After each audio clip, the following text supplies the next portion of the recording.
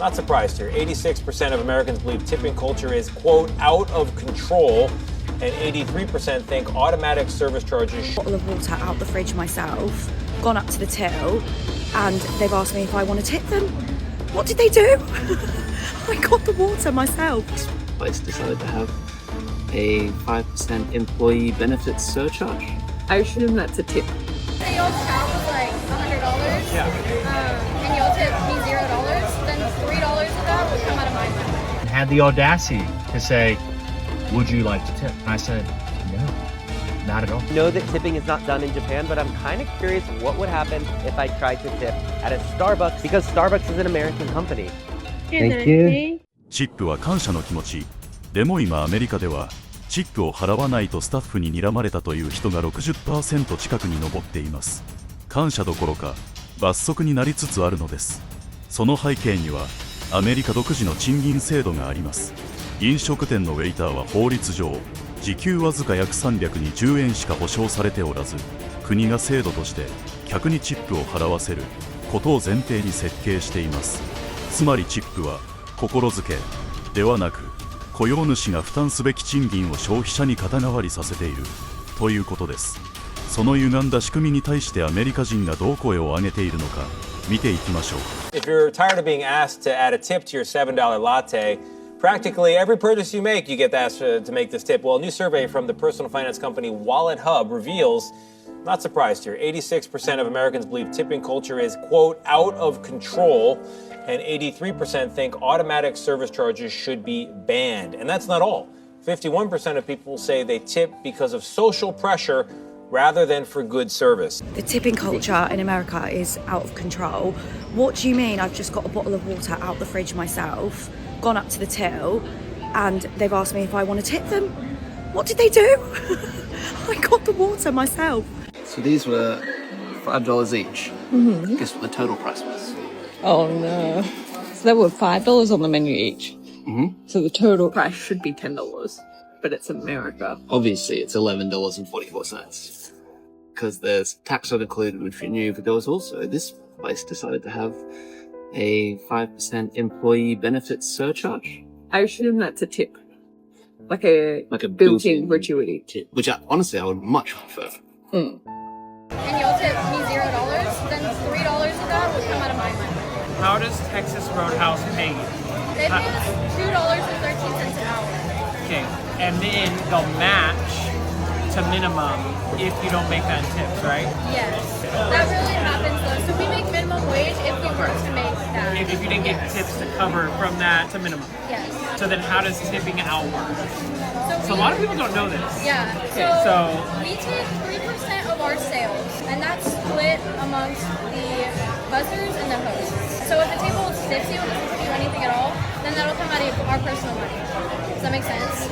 so if it was like the whole night was like $1,000 worth of food sold, Yes. you have to pay 3% of that Yes. out of your tips. Yes. Honestly, all restaurants are like And that. So technically, say y'all's tab was like $100, and y'all tip me $0, then $3 of that would come out of my money. So if we don't, so we shouldn't tip you anything. I mean, I would pay to serve y'all, but I mean, y'all were fun, so it would be okay. Thank you. Thank you so much. Y'all. Questions, and I said, oh, is it now? Because I know you know the question it's going to ask. I know the question. We all know it. You're not fooling anyone. Not everything deserves a tip.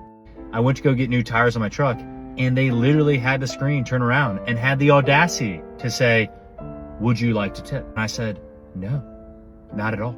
The only thing that screen should be saying is this total correct? Did we price gouge you for these tires? Yes, you did. A few months ago, Starbucks added digital tipping. So every time you pay with your credit card, you are asked, do you want a tip? I'm just gonna ask you a quick question. This made many Americans furious. But what happens in other countries? I know that tipping is not done in Japan, but I'm kind of curious what would happen if I tried to tip at a Starbucks, because Starbucks is an American company. Thank you. And do you have a tip jar? No. Do you have a jar anywhere? Yeah, no. Okay, sorry. Thank you. So I just Googled it, and yeah, tipping is not only not customary here, but it can actually offend someone. I almost feel like I should go apologize. I don't agree with the American tipping culture. I think it's not my responsibility as a customer that the people working there get paid a fair amount of money, a fair wage. that should be the responsibility of the people running the places, like the restaurant owner. So why is it my responsibility to make sure that the waiter who serves me gets paid a fair amount of wage for his work? And then also what I don't understand about the tipping culture is, like, when it has to be 20%, why does it differ if I'm ordering a more expensive meal? So when I'm ordering a $100 meal, then 20% of that would be $20, comparing to when I'm ordering a $20 meal, then 20% of that would be $4. So why should I need to pay so much more money in tip just because I order with a more expensive meal, but the work for the waiter doesn't change? So why suddenly am I required to pay so much more? That also doesn't make sense to me. To summarize again, I did tip in the US because also you guys explained me in the comment section, do as the locals do. But to be honest, I don't really agree with that. I moved to Australia about 1.5 years ago, and I've just been back in the States visiting for about a month now. And these are just some of the things that I didn't realize about the States until coming back. First of all, every single person drives on their phone here. In Australia, people do not go on their phone and drive. I think it's the laws over there are a lot more strict, but like, it is so common to see people on their phone when they're driving. You can get in an Uber and go the entire way without buckling. In Australia, every single Uber will not start driving until everybody in the car is buckled. Before I left the United States, I wasn't really afraid of guns that much. But after coming back, yeah, I am now. I remember my parents growing up would always say, like, don't get into road rage because you never know, like, they could literally pull a gun on you. And like, I catch myself like being afraid of that now. When I go to the store and buy something now, I forget that it's like gonna be like $1 or $2 more expensive because tax isn't included on the shelf price. So Americans are starting to tip less. A recent Wall Street Journal survey found that Americans were starting to push back on tip prompts for basic transactions and service charges, and overall were just very frustrated with tipping culture, which has always been around in America, at least in the recent history, but has really exploded in the past couple years, kind of with the rise of those tip screens, etc.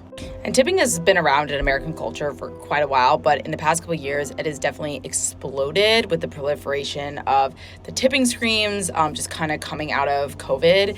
And the survey revealed that in response, Americans are starting to have higher standards, to warrant tipping, using cash to avoid the tip screens, or simply tipping less or not at all. And this isn't just about saving money, though I think that is a factor during times of economic uncertainty.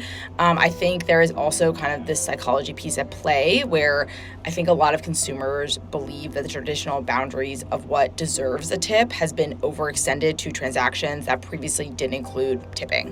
And a really good example of this is those self-service kiosks where you kind of go and scan the items and then ask for a tip. And understandably, that feels pretty frustrating and annoying that you have to deal with that. And, you know, tipping has normally been guided by widely understood, if not unwritten, rules. And as these norms have become violated on the tipping end of things, you know, tipping has kind of been inserted in places where it wasn't inserted before, people are understandably getting frustrated by that, one. And two, they're also just getting exhausted by having to navigate all these different social expectations that are just rapidly changing around tipping. So that's leading to people to tip less or not at all. And I was saying before, economic pressure definitely plays a role here, but I think it's a little bit more nuanced than just cutting costs. So yes, I think there might be some consumers that are foregoing the tip just to save a couple bucks here and there, but I think we're also seeing a fundamental shift in consumption patterns. So people are eating out less, cooking home at more, etc. It's also really important to point out that tipping has partly been about social signaling and power relationships. And as the power balance shifts between service providers and consumers through technology and changing economic conditions, tipping behaviors will adjust accordingly.